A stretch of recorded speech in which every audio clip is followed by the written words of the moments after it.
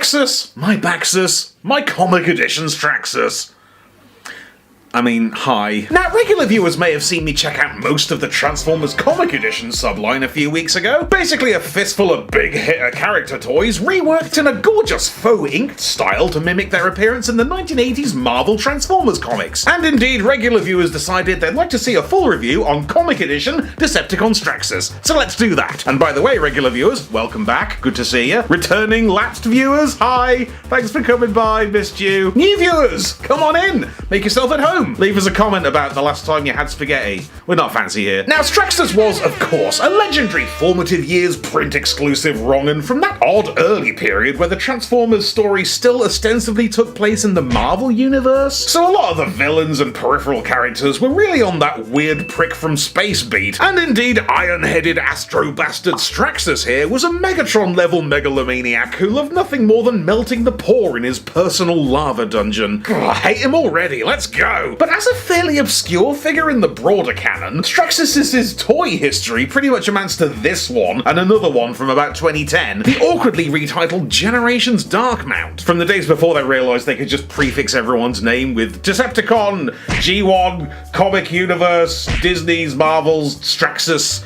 from the Transformers, you know, this. And I tried to like Dark Mount at the time, but it always sort of grated. It was a toy that seemed to be trying to do more than it could manage. And it just ended up sort of fussy and cluttered and self-serious. Deluxe triple changes, man, not even once. But look at us now! Straxus bags a luxurious leader class toy, Skullgrin fronts up the Pretender comeback with an original mold. Back in day, we had to share and we liked it. Wild, by the way, that we got a new Straxus before Drift. So Big Straticus Finch here is a semi-heavy reworking of the Kingdom Galvatron mold, and I am not mad that we're revisiting it. It is bloody good, and by this point we've massaged out all the kinks, leaving only a slick, confident figure that meets you at the top of its game. Check out this corpulent customer, blasted in with his bombastic double-breasted chest armor, like a sea wall of a man. Colours are strong and simplistic, rocking the blocks of blue, red and grey, like Nacelle's husband. There is a certain aristocratic menace to his form. It might just be the triangular titty regalia and the neck ruffle that I can't unnotice, but he definitely comes off as the crime boss with the cops in his pocket who's gonna make your life difficult with impunity. You getting melted. And the head is pure balls out mask off evil. Just a stolid steely visage from some malignant masquerade, with eyes made of absence, no jaw, just neck, and a widow's peak you could pick your teeth with. I do love the implied Dracula haircut, and the cranial D-badge is iconic. And it's also distinctly not Transformers-y. There's very little Hasbro or Takara design sensibilities in there. It's pure 80s Marvel cosmic supervillain shit. Meanwhile, accessory-wise, we're looking good for that staple Straxus Pickaxus. Thing looks friggin' lethal, man, and heavy. Like a 100-weight of tungsten hate. The ends are pointy enough to dig in, but it's the weight that splits you in half. It's very Robot Wars. Come on, shunt. Come on.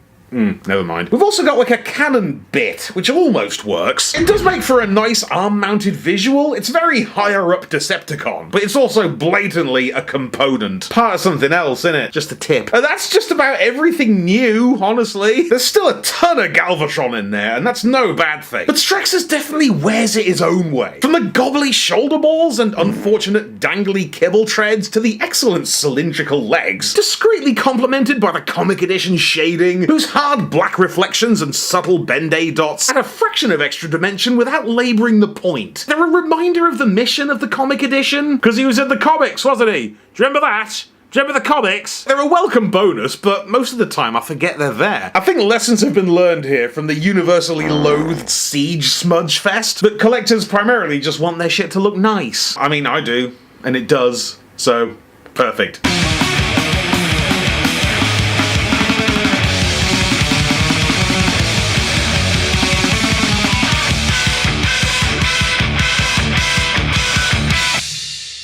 Mama! I don't know if there's much that Straxus actually does different to Galvatron, but it feels so much better somehow. Cleaner, more self-assured. Don't know if I'm just better at it now, but it doesn't feel like this is me. You would think a guy who turns into a cannon would probably pull the cheap out horizontal flop. Oh, I'm lying down now, Transformers. But he doesn't. The hips remain centered and fixed while everything else moves around them. The arms detach, orbit downwards, and lock into the skirt. The legs pivot back and do their thing, while the whole torso gambols over itself to form the main cannon battery. And I love the way the chest armor clicks in one time either side to hug the shaft. We'd have been fine without that, but they did it. They left, as they say, no crumbs. And the op mode's a murderous bit of kit. Again, it is tough to see it as entirely separate from Galvatron. The broad strokes are all still there, but it is its own thing. It's lower and meaner, with the legs a smidge more spluted, looking mighty cohesive and unified and always focused on the business end. While the shading on the legs suddenly makes a lot more sense in this form, slicing a sharp through line from the barrel to the back. And while it always bewildered me that Galvatron pretty much turned into a stationary cannon with only the most token treads for mobility, Straxus ain't that. This thing friggin' flies. These are wings. It's just a weapon with wings. Imagine this girthy death pipe zooming at you full speed. Granted, it takes a bit of a leap to believe it could even take off. The wings look more like gantries. But remember, we are in comics, in space. I guess it's just propelled by pure bastard power. Hey, you! God, the friggin' width on that. That's just gonna puke laser. Love that the pickaxe blades can flop on top for those hollow point devil horns, or just slosh over the side like a Tory peer's toupee. And that, I think, just about covers us. These comic edition things are such a treat, man. You gotta wonder who else could possibly pop out as we mine this comic book seam. The stratum of characters we're getting into now is just friggin' powerful. I mean, look at this. Straxus, Giaxus, Barack Obama. We have Generations Emirate Zaran. It's happened. What now? In an era where Leader Class Straxus and Voyager Ferak are a thing, the sky's gotta be the limit. You know what I'm gonna say. The world is ready for Commander Class Megadeth. Let's go. Stick him in a multi-pack with like Centurion and Stampede and Combat Colin. Rack and Ruin. Repainted as the Giggly Sisters. Anyway, thanks Hasbro for letting me check out the comic edition things. I'm addressing you directly. Heed my influence. I'm joking. I'm not. And indeed, thank you for joining me for Comic Edition Straxus. You'll come back, sis.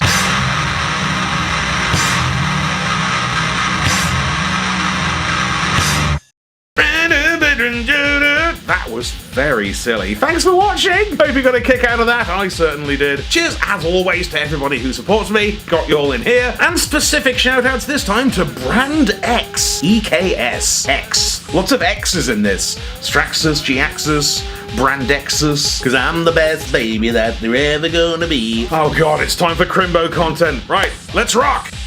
Be sure to subscribe for more Thew's Awesome Transformers reviews. Limited appeal, keeping it real.